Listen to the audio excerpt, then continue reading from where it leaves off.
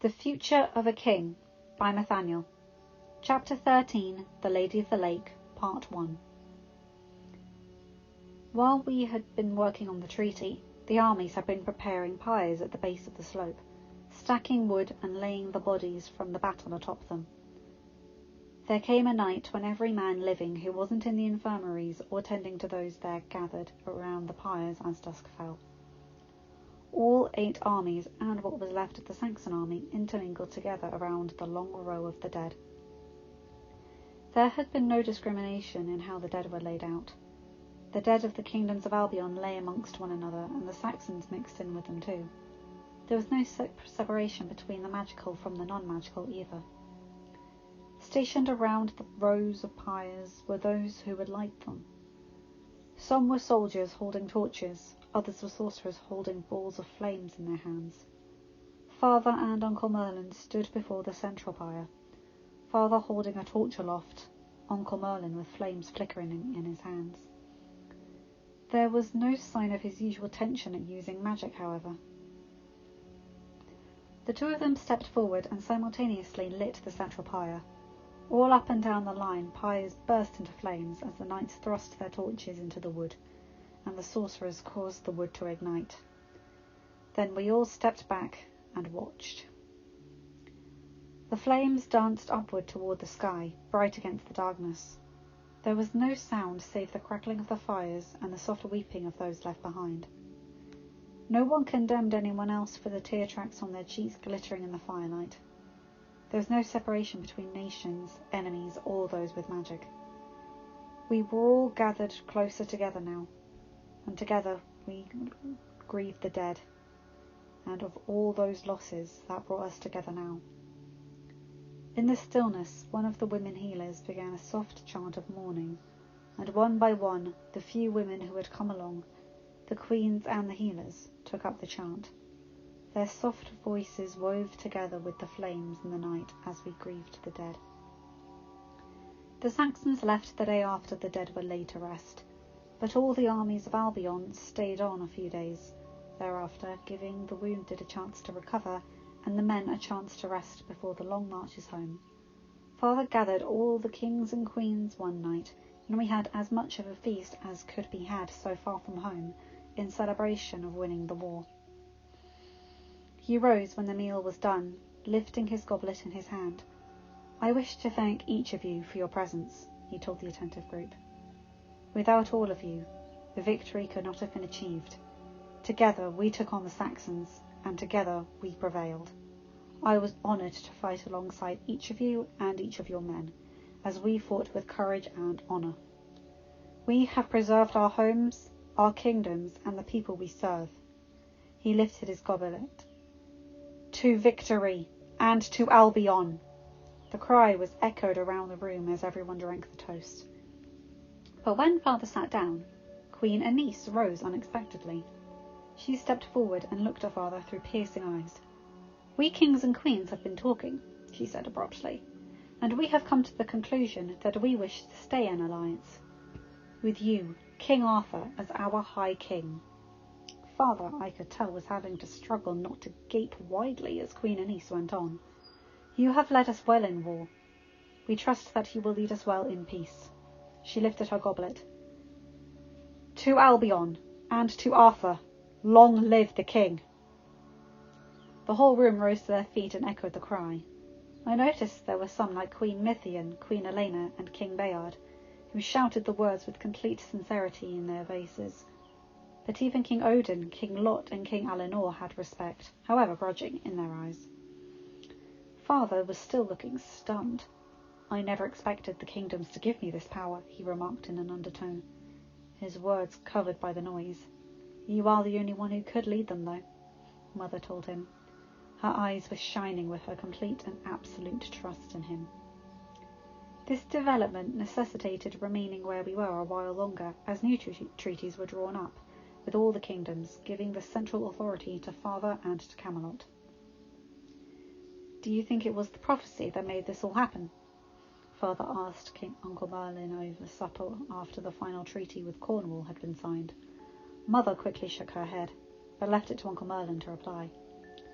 If by that you mean that all of this is contrived and will fall apart shortly, I don't think so, Merlin answered sincerely.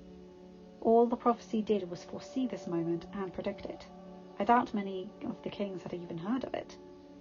No, you earned this moment, Arthur. Their loyalty to you is real. I'd never have had this moment if you hadn't done all the work to get the kingdoms to ally for war, Father told Merlin. I guess the prophecy was right about the once and future king needing Emerus to help complete his destiny. Uncle Merlin stared at Father blankly. You've been told that prophecy? Freya explained it to me when I demanded to know why I could be sent back to live again, Father explained. Apparently, as a druid, it was common knowledge to her. He sounded rather hesitant to bring Freya up, but Uncle Merlin only looked pained for a moment. Yes, the prophecies were known among the druids, he admitted, looking as though his thoughts were elsewhere. Father waited a moment before he added, and now that the battle is fought and Albion is united, you have time to tell me your secrets, Merlin. Then there was a rather devious smile on his face. I want to hear every minute detail. No leaving anything out this time. Uncle Merlin smiled just a bit at that, but it was the first half of what Father had said that really seemed to sink into him. Albion united, he whispered, then repeated aloud, Albion united! And magic is legal! I never believed it would happen. What am I supposed to do with my life now? Oh, I don't know. There's plenty of things to do, Father quickly informed him. Do magic, help me protect Camelot, just be Merlin. There has to be plenty for you to do with your life besides getting some old prophecy fulfilled. Uncle Merlin laughed, but there were tears shining in his eyes, and he looked more at peace than I'd ever remembered seeing him. We finally broke our camp on Carleon's borders 2 days after that, and began making our way back towards Camelot. The mood of the journey was much more light-hearted than the mood had been on the way down. Father rode near Uncle Merlin most of the time, as he said he would, quizzed him on all the magical details of the past. He was obviously very curious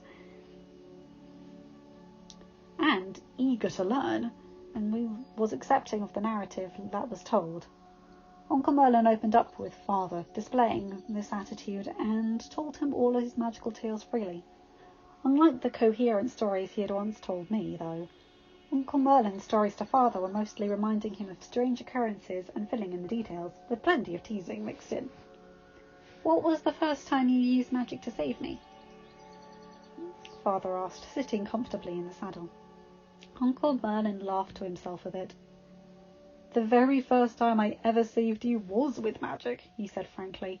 Your father had no idea he was rewarding me for using magic when he made me your servant. Father looked rather startled before he laughed to himself. How did you do it? He pressed.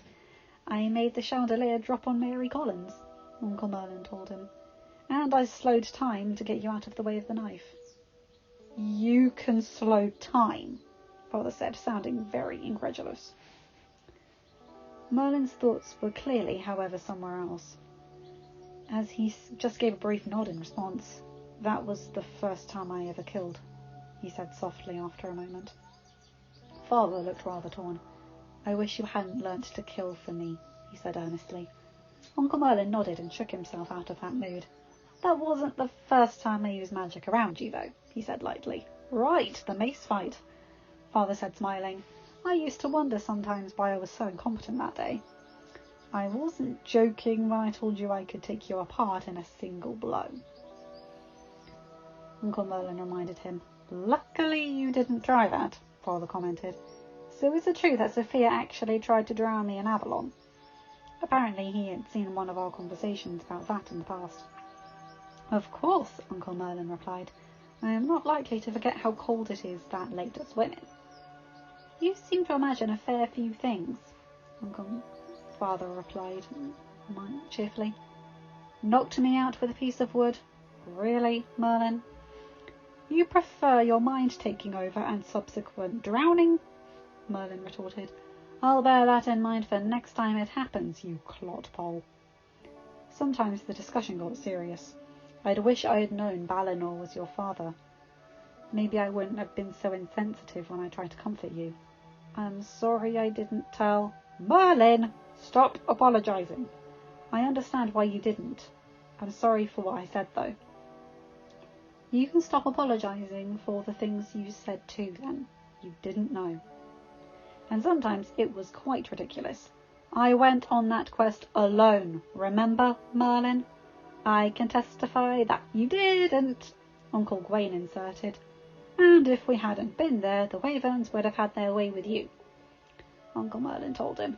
I never would have thought a girlish bracelet would have defeated me. Father grumbled. How much magic do you have anyway, Merlin? Most powerful sorcerer, dragon lord who can defeat anything dragonish. The next thing I'll discover is that you can command rats and have them kept away from my chambers all this time.